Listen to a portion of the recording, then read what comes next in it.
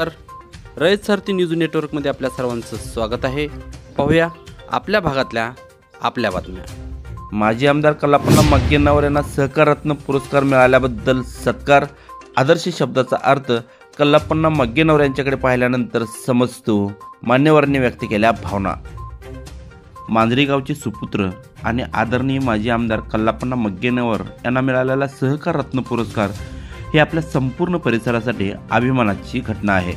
सहकार चळवळीला नवे भान देत लोकसहभागाच्या बळावर ग्रामीण विकासाची दिशा ठामपणे निश्चित करणाऱ्या त्यांच्या कार्याची ही योग्य दखल आहे। त्यांच्या दूरदृष्टी, प्रामाणिक नेतृत्व आणि सर्वसमावेशक विकास धोरणांमुळे आज अनेकांना प्रेरणा मिळते।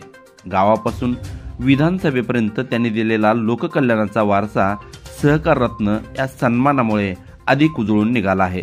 सहकार क्षेत्रात कर्मचारी वर्ग, संचालक मंडळांनी ग्राहकांना विश्वास, स्वच्छ पारदर्शक कारभार करीत कार्य केल्यास सामाजिक सर्वांगीण विकास होऊ शकते, असे प्रतिपादन गुरुदेव आश्रमाचे परमपूज्य यतीश्वरानंद स्वामीजी यांनी केले।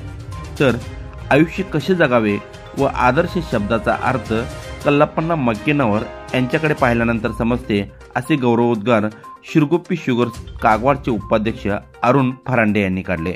नुकतेच बेंगलोर येथे 72व्या सहकार सप्ताहाचे औचित्य साधून माजी आमदार व शिरगुप्पी शुगर वर्क्सचे चेअरमन कल्लापण्णा मग्गेनवर यांना सहकार, शैक्षणिक, औद्योगिक क्षेत्रात सेवाभावी सामाजिक उपक्रम राबवून सहकार क्षेत्रात केलेल्या भरीव कामाची दखल घेऊन कर्नाटक सरकारने सहकार रत्न पुरस्काराने राज्याचे मुख्यमंत्री सिद्धरामय्या यांच्या हस्ते सन्मानित केले।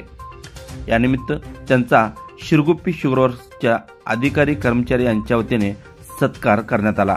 या प्रसंगी गुरुदेव आश्रमाचे परमपूज्य यतीश्वरानंद स्वामीजी, प्राध्यापक अण्णासाहेब क्वाने, ज्येष्ठ पत्रकार लक्ष्मण सूर्यवंशी, वकील राहुल कटिगेरी, कारखान्याचे मुख्य व्हीपी अधिकारी अरुण फरांडे, HR वीरेंद्र जाडर, ज्येष्ठ सामाजिक कार्यकर्ते सुभाष कठारे यांनी मनोगत व्यक्त केले।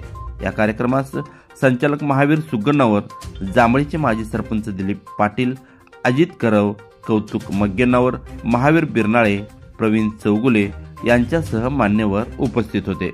रयत सारथी वृत्तसेवेसाठी सुनील संगपाळ।